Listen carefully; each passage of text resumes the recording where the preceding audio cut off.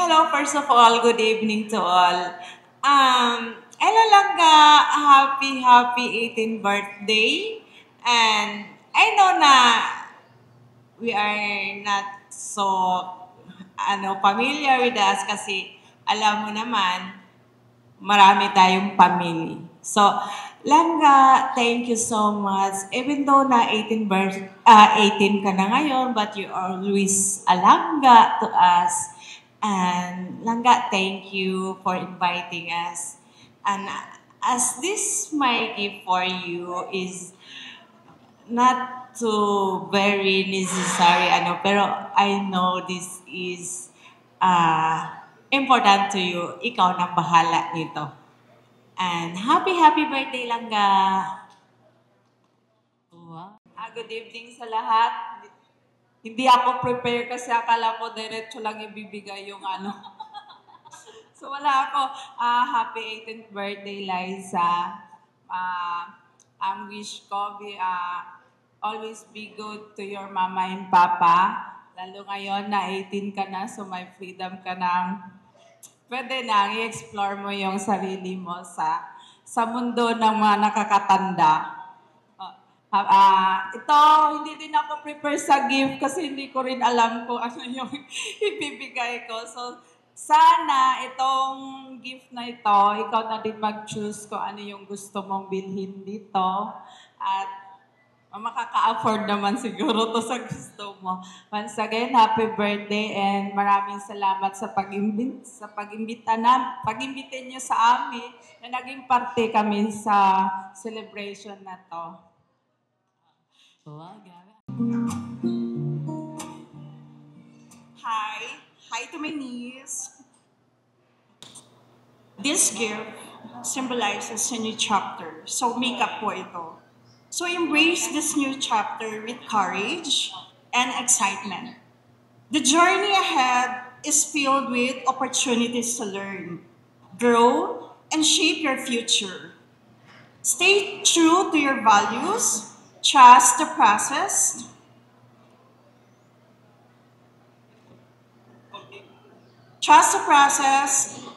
and remember that every step, big or small, is part of your unique story. Happy 18th birthday.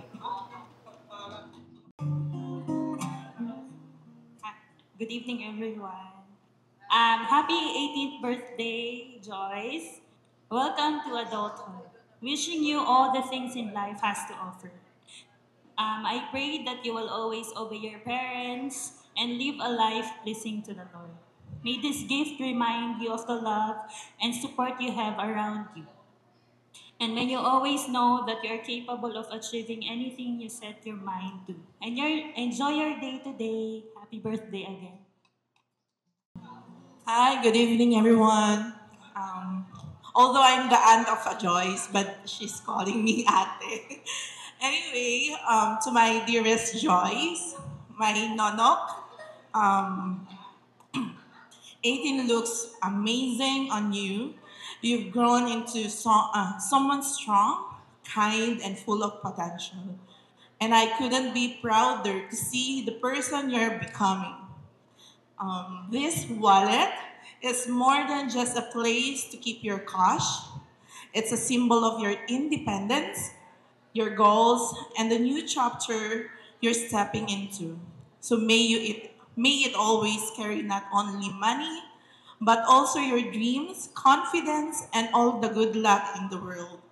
So go chase those big dreams with grace in your heart and a wallet in your hand. So happy 18th birthday, Joyce, again. And your journey is just the beginning and it's going to be amazing. With love, Ate Binbin. I love you. Wow, what a very wonderful.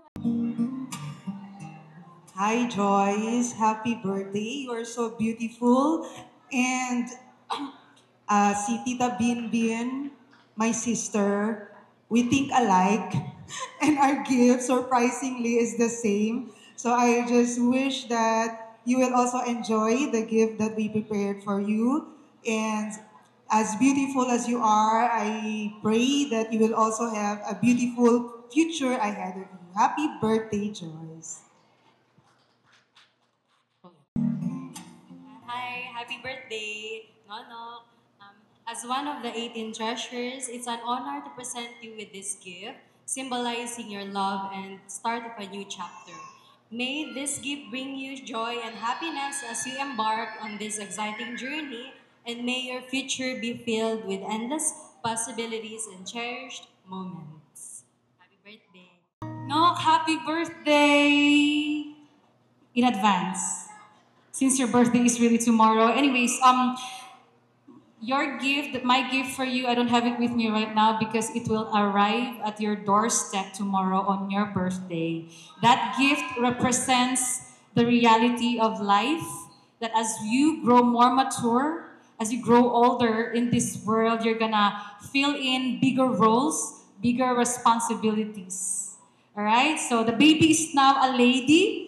But esta lang agad yung advice kong Tigo Joyce, as you step into the next chapter, the next season of your life, that you're gonna need resilience to face the next challenges. And that's a reality that we can never deny. You see these people around you, we all love you. And our love for you will back you up when you face challenges. Tama po ba? That will be enough for you for you to be supported, to feel supported.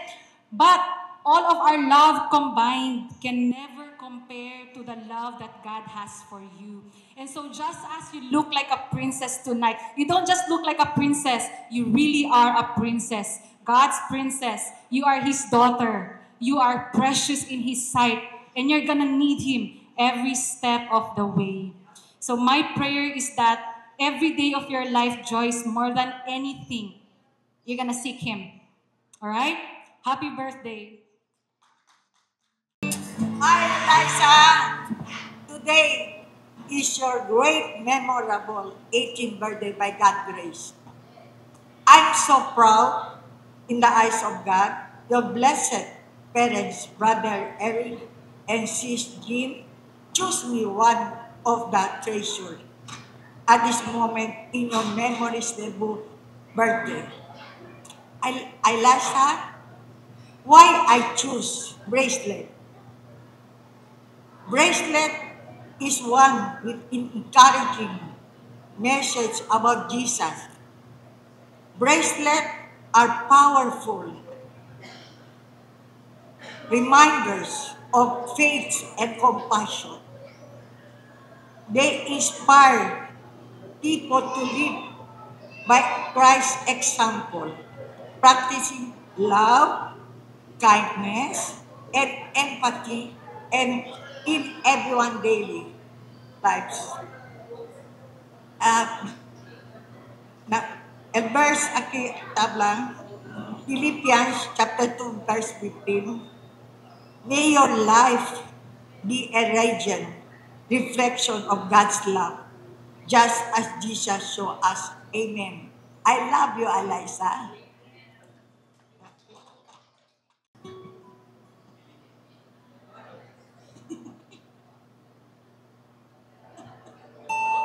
After na. Go, tita.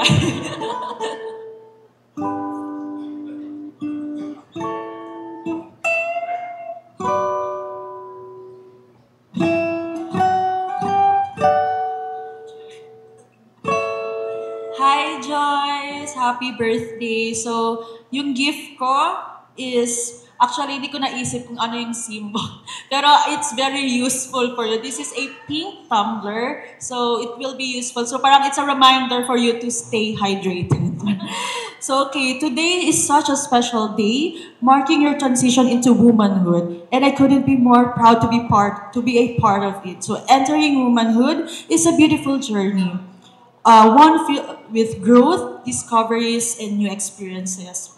So as you step into this next chapter of your life, I want to remind you how truly blessed you are to have such loving and supportive family.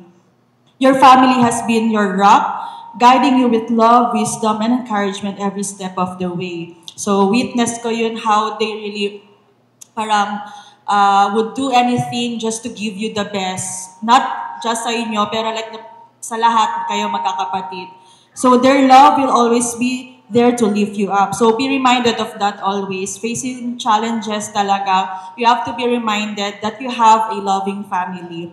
So I wish you all the best and embrace this beautiful journey ahead. May you continue to shine brightly, surrounded by the love of your family and all of us here to support you. So enjoy your season, okay? Happy birthday, and Ate Muriel is always here for you. Wow, thank you so much. Happy birthday, Nonok! You're very pretty tonight, as always. Um, this is my gift for you. I'm sure you're going to need this during the warm season. It's a mini fan. It symbolizes being refreshed. As it is written in Proverbs 11:25 that she who refreshes others will herself be refreshed. So many of the well-wishers here mentioned about great challenges that you may face in the future, but may you always remember that the Lord will supply you fresh, fresh supplies of wisdom, fresh supplies of courage, favors and blessings every day.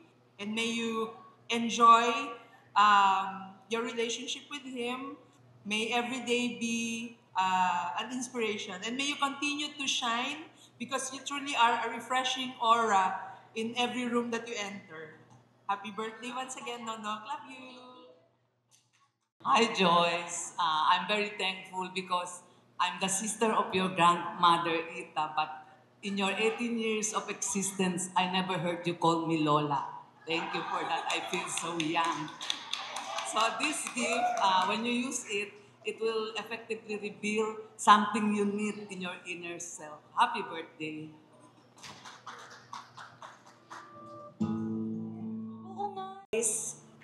Nasisita ka, Chole. Sabi ka, Chununok, realize sa Diyos. Anyway, Joyce, this is your special day. This is going to happen once in your lifetime. So, be grateful because your parents took the initiative of doing the celebration. So, I am in behalf of the family, I welcome you to Adult World. This is this is not just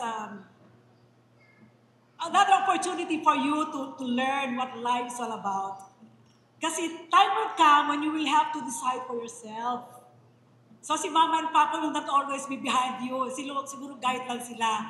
So siguro it's time for you to be responsible, to make plans. Siguro sabihin mo lang, Pama, itong gusto ko, pero you really have, this time you really have to, time has come that you have to stand for yourself and make plans. And of course, do not forget to allow God to orchestrate your life. In every area of our life, God should always be there. So that you will always be covered with His protection, love, guidance. Yung mga decisions gagawin mo, alam mo na you're assured that it's a good one because He's there behind you. Partner with Him in every decision that you make. So I prepared some items for you. Actually, bakit ba maraming items? Kasi as you grow, as you become lady, you will meet different kinds of situation. Negative, positive, lahat. So I hope itong mga items magustuhan mo. Happy birthday and I love you, Joyce. Well, thank you so much po sa napakinggan. Hi, Joyce! Happy 18th birthday! I have 3 items in my gift for you. First is a bag. It symbolizes the journey you're about to take as you step into adulthood. May it carry not just your daily essentials, but also your dreams, goals, and all the beautiful experiences life has in store for you. Second is a watch. It's not new, but it's good as brand new. Pamana ko sa'yo. It represents the value of time, how precious every moment is. May this watch remind you to spend your time wisely, cherish the present, and never rush through life. Take time for growth, for love, for rest, and for chasing your dreams. And the third one is makeup, because I heard you love makeups. It's more than just beauty products. It's a form of self-expression. Just like makeup enhances your features, May you always remember to highlight your strengths, embrace your uniqueness, and never be afraid to show the world who you truly are. You're already beautiful inside and out. This is just a little something to play with and enjoy as you take on the world with confidence. May all these little things serve their purpose in your life every day as you search for God's purpose in your life. Happy birthday. Love you, Nono. Well, thank you so much po, Miss Janet. You're blessed to have these people, mothers, mama knows this. Thank you for taking this festival to Eric and Ate Jean. Ako kayo, nagiging si ate, pansit lang na. No,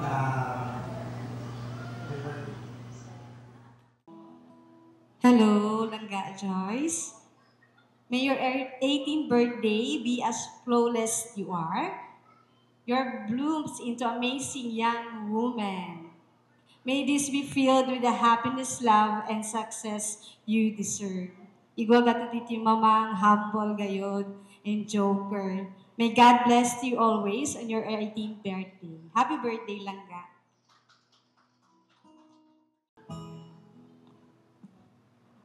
Hi, good afternoon. It's nice to be last kasi marami akong masasabi.